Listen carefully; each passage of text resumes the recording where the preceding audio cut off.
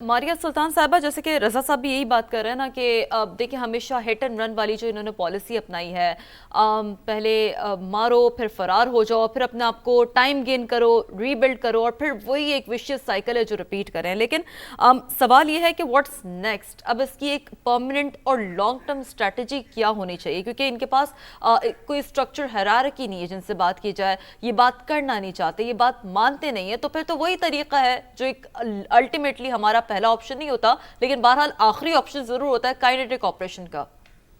देखिए, पहली बात तो ये कि पाकिस्तान ने ये काइनेटिक ऑप्शन जो है इनफरादी तौर पे नहीं लिया है। पाकिस्तान ने इसको पूरी हिकमत अमली के साथ लेके चला है। सबसे पहले आपने इन पे इक्तिसादी तौर के ऊपर जो है तमाम रास्ते बंद किए हैं। बिलखसूस जो इनकी 3 मेजर सोर्सेज थी।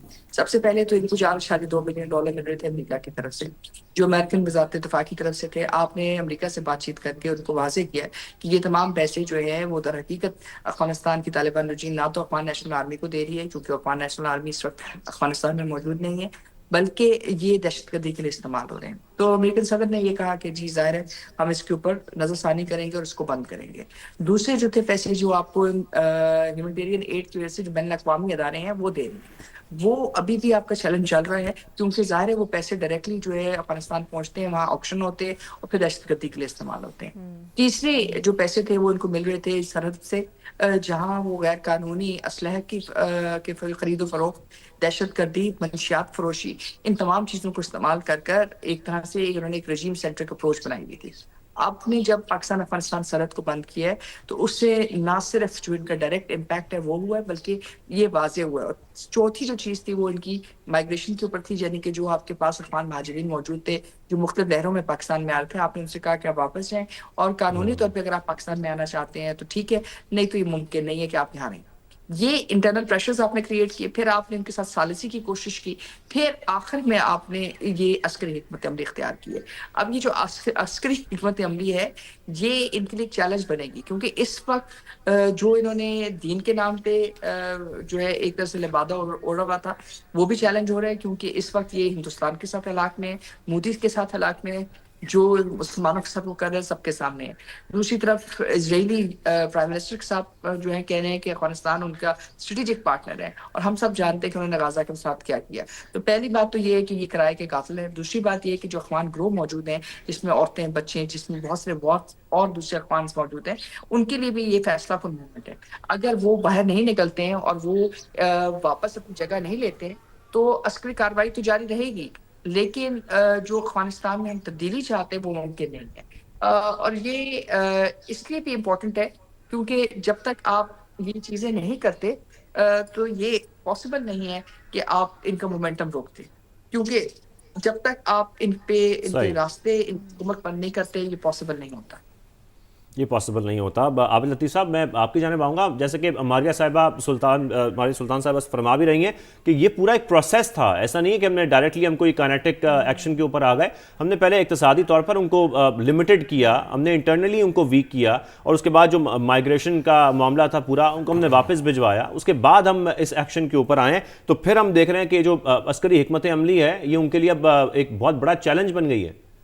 जी बिल्कुल, हमने पहले जो नॉन काइनेटिक ऑप्शंस हैं जी वो आजमाने की कोशिश की, और उसमें भी इनको इन कांटेक्ट रहे कि इस पे भी बात हो सकती है, हम उस जो एक्सट्रीम स्टेप है उसकी तरफ नहीं जाना चाहते। लेकिन वो ज़ाहिर है उनको वो जो बात है वो ज़ाहिर है बिल्कुल, क्योंकि वो एक स्टेट तो है नहीं, वो एक गवर्नमेंट तो है नहीं, वो एक नॉन स्टेट एक्टर्स हैं, और नॉन स्टेट एक्टर्स जो हैं वो नॉन स्टेट एक्टर्स की तरह ही बिहेव करते हैं, और ज़ाहिर है वो उनका पूरा सिस्टम ही ऐसा है। तो उन्होंने उस पर ज़ाहिर है कोई ध्यान नहीं धरा, और बजाय इसके जो तरफ जो इंटेंसिटी है टेररिज्म की वो इंक्रीज़ कर दी, और फिर इस स्टेज पे हम पहुंच गए कि हमारे पास कोई और ऑप्शन नहीं बचा सिवाय इसके कि हम वो जो मैकेनिज़्म है, वो जो किल चेन है जो बॉर्डर से शुरू होकर ब्रिगेड हेडक्वार्टर तक जाती है, और फिर उसके पीछे जो और उनके जहाँ पे एसेट्स हैं जो उसको लॉजिस्टिकली और इमोशनली आइडियोलॉजिकली भी सपोर्ट करते हैं, उन सब को हम एक फिर काउंटर करें, क्योंकि उसके बगैर ये मेनेस जो है ये काबू नहीं आएगा।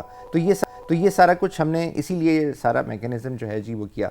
अब देखें, इसमें देखने की बात ये है कि हमारे पास इस वक्त ऑप्शन क्या है। देखें, हम इस वक्त मिड स्ट्रीम में हैं, हम एक इम्पेटस के साथ, एक मोमेंटम के साथ हमने एक ऑपरेशन किया है। अब इसमें अगर आप इसको ایسے ہی ہالٹ کر دیں گے یا آپ اس کے جو منطقی نتائج ہیں اس سے پہلے اس کو آپ ہالٹ کر دیں گے، اور جو آپ نے کچھ جو آبجیکٹیو حاصل کرنے ہیں جو گراؤنڈ پہ ہو سکتے ہیں، جو کوئی بھی آبجیکٹیو ہو سکتے ہیں، جو آپ کی پہلی انگیجمنٹ کے لیسنس ہیں، اگر آپ نے بیچ میں چھوڑ دیا تو یہ پھر مینس جو ہے یہ ہائیڈرا ہیڈڈ ہو جائے گا، یعنی اس کے پھر کئی سر نکل آئیں گے، پھر آپ ایک سر کی طرف بھاگیں گے، پھر دوسرے کی طرف بھاگیں گے.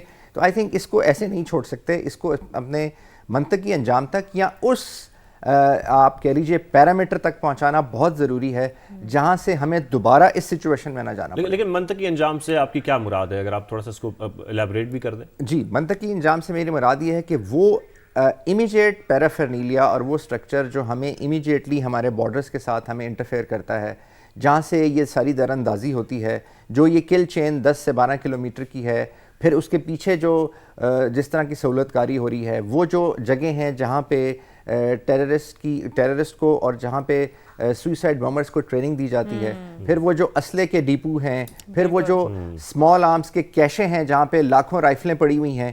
تو آئی تھنک وہ جب تک یہ ساری چیزیں فگر آؤٹ نہیں ہوتی اور اس امپیٹس میں ان کو ہم نیوٹرلائز نہیں کرتے، ہمیں اپنا امپیٹس اور مومنٹم لوز نہیں کرنا چاہیے. بالکل ایسا ہی ہے. اچھا رضا صاحب، یہ بڑی اہم بات ہے کہ دیکھیں اس حوالے سے جیسے کہ عابد صاحب میں بلکہ آپ جو یہ بات کر رہے ہیں تو ماری صاحب آپ کی جانب بھی یہی سوال لے کر آنا چاہوں گی کہ اب بالخصوص افغان بارڈر ٹرمینل پوسٹ ہو، وارسک سیکٹر کی پوسٹ ہو، یہ بہت امپورٹنٹ پوسٹ ہیں، تو کیا سمجھتی ہیں کہ سرحدی ڈیٹرنس اب بہت حد تک بہت ویزیبلی طور پر اب ڈیفینیٹلی کم ہوگی؟ آگے پیرامیٹرز کس جانب آپ بڑھتے ہوئے دیکھ رہی ہیں؟ پھر یہ ہے کہ ہمیں یہ سمجھنے کی ضرورت ہے یہ ہو کیا رہا تھا. در حقیقت بات یہ تھی کہ ایک طرف جب ہم ان سے کہتے تھے کہ جی آپ دہشت گردوں کے خلاف کام کریں تو ہمیں یہ جواب یہ دیتے تھے کہ جی یہ دہشت گرد ہمارے کنٹرول میں نہیں ہے. لیکن جو حملہ کیا گیا وہ افغان نیشنل آرمی کی طرف سے کیا گیا، جو آپ کے خلاف جو ہے دہشت گردی کو ایک طرح سے ایک لیوریج دینے کی کوشش کی گئی، اس کے پیچھے جو گٹ چوٹ تھا وہ سامنے آپ کے آ گیا. اب ایسی صورتحال میں ظاہر ہے آپ چاہیں گے کہ آپ ایک بفر زون کریٹ کریں، آپ چاہیں گے کہ یہ آپ اس بات کی اجازت نہیں دیں گے.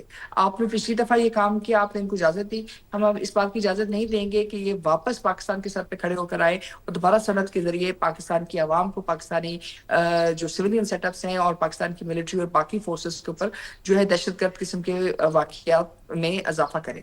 تو ایسی صورتحال میں آپ بفر زون کریٹ کریں گے اور آپ بفر زون پورے پاکستان افغانستان کی سرحد پہ کریٹ کریں گے تاکہ 100 کلومیٹر 200 کلومیٹر جتنا بھی آپ کو ضرورت پڑتی ہے ملٹریلی آپ وہ کام کریں گے. کیونکہ آپ اجازت ہی نہیں دے سکتے ہیں، کیونکہ اگر آپ اجازت دیتے ہیں تو وہ زیر زمین ٹنلز کھولتے ہیں، وہ آپ کے خلاف اسمگلنگ کو استعمال کرتے ہیں، وہ آپ کے خلاف جو عام بیچارے اخوانی ہیں ان کو استعمال کرتے ہیں بطور ہیومن شیلڈ. اور یہ تمام چیزیں کرنے کے بعد وہاں جتنا بھی جو سیٹ اپس ہیں ان کو انفارمیشن دیتے ہیں کہ جی پاکستان یہ کر رہا ہے. لیکن اصل سوال تو یہ ہے کہ پاکستان نے یہ حملہ افغانستان کے اندر کیوں کیا؟ اس لیے کیا کیونکہ آپ دہشت گردی کر رہے تھے، اس لیے کیا کیونکہ آپ دہشت گردی کے ذریعے ایک جو ہے ٹولے کے ذریعے آپ یہ کوشش سمجھ رہے تھے کہ آپ پاکستان کے اوپر اثر انداز ہو سکیں گے. تو ظاہر ہے یہ تمام چیزیں جو ہیں انٹرنلی بھی ان کے لیے چیلنج بنیں گی، لیکن بہت ضروری ہے ہمارے لیے کہ ہم یہ بفر زون کریٹ کریں. اگر ہم یہ بفر زون اور ماریہ صاحبہ اسی عسکری حکمت عملی کا جو امپیکٹ ہے وہ کتنا ہوگا؟ بہت ہوئے گا. دیکھیں یہ جو پہلے ہو رہا تھا وہ یہ تھا کہ انہوں نے 2 قسم کی خاکے پیدا کیے ہوئے تھے. ایک تو یہ کہ جی کوئی ان کے خلاف عسکری کارروائی نہیں کر سکتا اور اگر کرے گا تو ان کو نقصان ہوئے گا. دوسرا یہ کہ بین الاقوامی سطح پہ امریکہ اور جو بین الاقوامی دنیا وہ ان کے ساتھ کھڑی ہے. دیکھیں اس وقت کوئی بھی دنیا سے ان کے خلاف یا ان کے ساتھ کوئی آواز نہیں آ رہی. اس کا کیا مطلب؟ اس کا مطلب یہ ہے کہ جو بھی انٹرنیشنل سسٹم میں اس وقت چیلنجز ہیں، UN سیکورٹی کاؤنسل ریزولوشن 1373 اور 1267 کے تحت یہ بات واضح ہے کہ افغانستان کی سرزمین دہشت گردی کے لیے اگر استعمال ہوگی تو آپ حق بجانب ہیں چیپٹر 7 کے نیچے کہ آپ طاقت کا استعمال کر سکیں. اس وقت آپ نے آرٹیکل 51 آف دا UN بھی آپ استعمال کریں اور UN سیکورٹی کاؤنسل ریزولوشن 1373 کے تحت آپ ان پہ اقتصادی سینکشنز لگا سکتے ہیں. آپ تمام ممبران ممالک جو اقوام متحدہ کے ممبران ہیں اور ان کے خلاف طاقت کا استعمال بھی کیا جا سکتا ہے. اسی بنیاد کے اوپر امریکہ نے 2001 اچھا یہ بڑی اہم بات ہے ماریہ صاحبہ، یہیں سے گفتگو سلسلے کو آگے بڑھائیں گے.